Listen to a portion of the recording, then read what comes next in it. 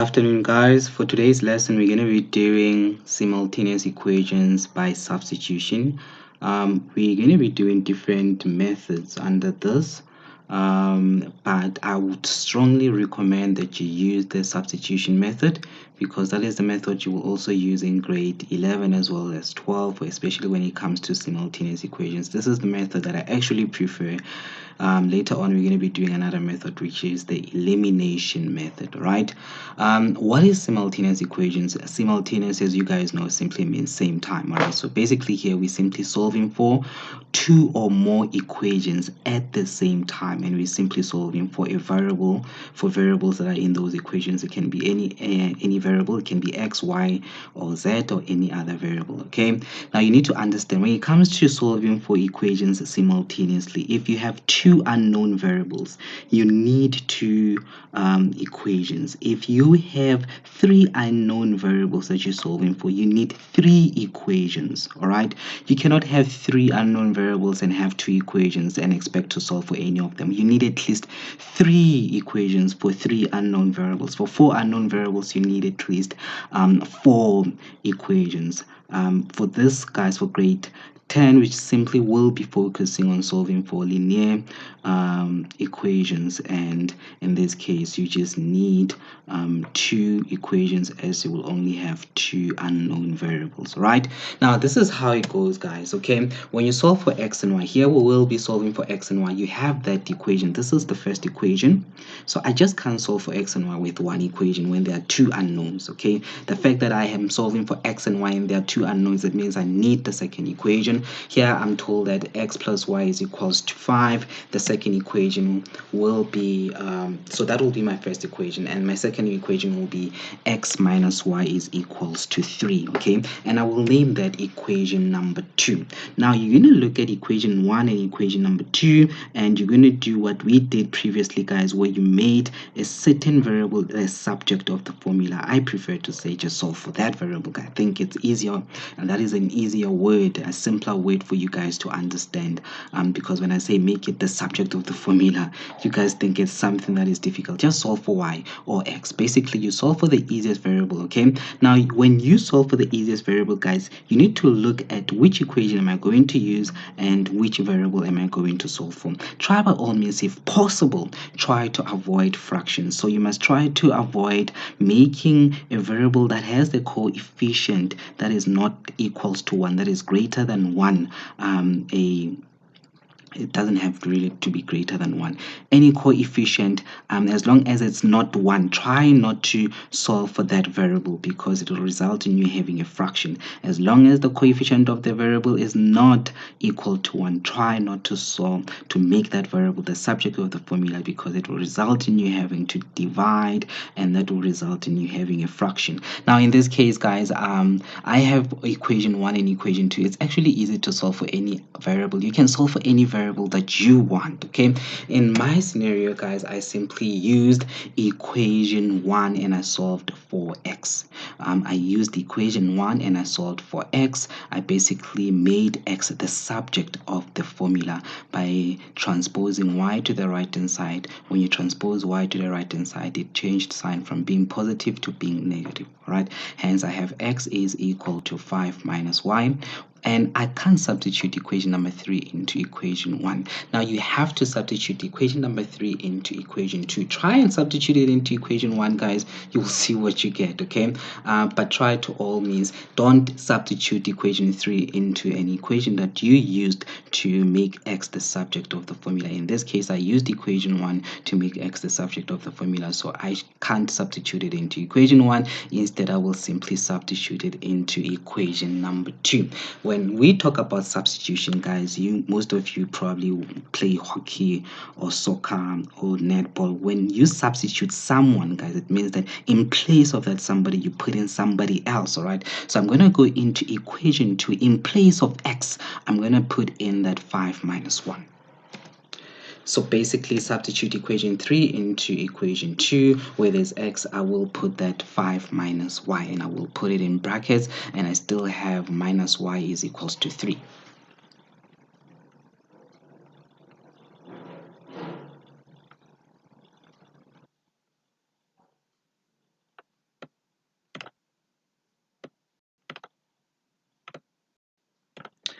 basically that equation is still the same, except that where there's x, I simply substituted 5 minus y. Okay, now break that bracket by just multiplying it by 1, guys. You will simply have that. Now minus y and minus 1, those are like terms, all right? So you are allowed to add or subtract like terms. So minus y, remember the variable remains the same. You just add the coefficient, which is minus 1, and that is minus 2. So you have 5 minus 2y, all right? Now, try and transpose 5 and take it to the right hand side.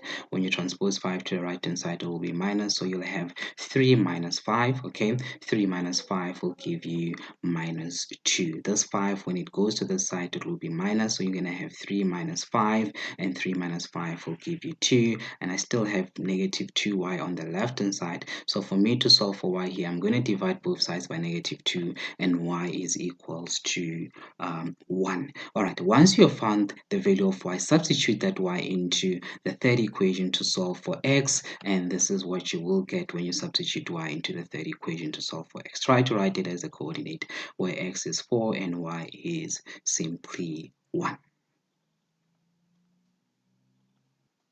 Example 2. In example 2, this is what we have. We have 5u minus 4v is equals to 3. This will be my equation 1. And we have 2u minus 4v minus 6 is equals to 0. And that will be equation 1. Try to find an equation that will make it easy for you to solve for either v or u. In this case, obviously, guys, we're not solving for x and y. Instead, we solve for u and v. As I've said, guys, equation 1 will be this 5u minus 4v, and that will be equation 1, and this will be my equation 2, which is 2u minus 4v minus 6. Now what I'm going to do, guys, here is simply try and now, guys, I realized that equation number 2, it has a common factor of 2, all right? Equation 1 will result in me having a fraction because whatever I do, guys, the coefficient of v is 4, so I'll have to divide by 4 in certain point, and I'll have to divide by 5 if I decide to isolate or simply make u the subject of the formula. So I'm just going to go with equation 2. I realize that I have a common factor in equation 2, and my common factor is 2. So I will choose the variable that has the lowest factor. In this case, the lowest factor is 2. So hence I went with u. I'm trying by all means to make sure that I do not have a fraction. All right, so I isolated, I basically transposed for v when it goes to the right hand side, it will be positive. Transpose negative 6 to the right hand side, it will be positive 6. And then I will simply divide both sides by 2 in this equation, and I will come up with equation number 3.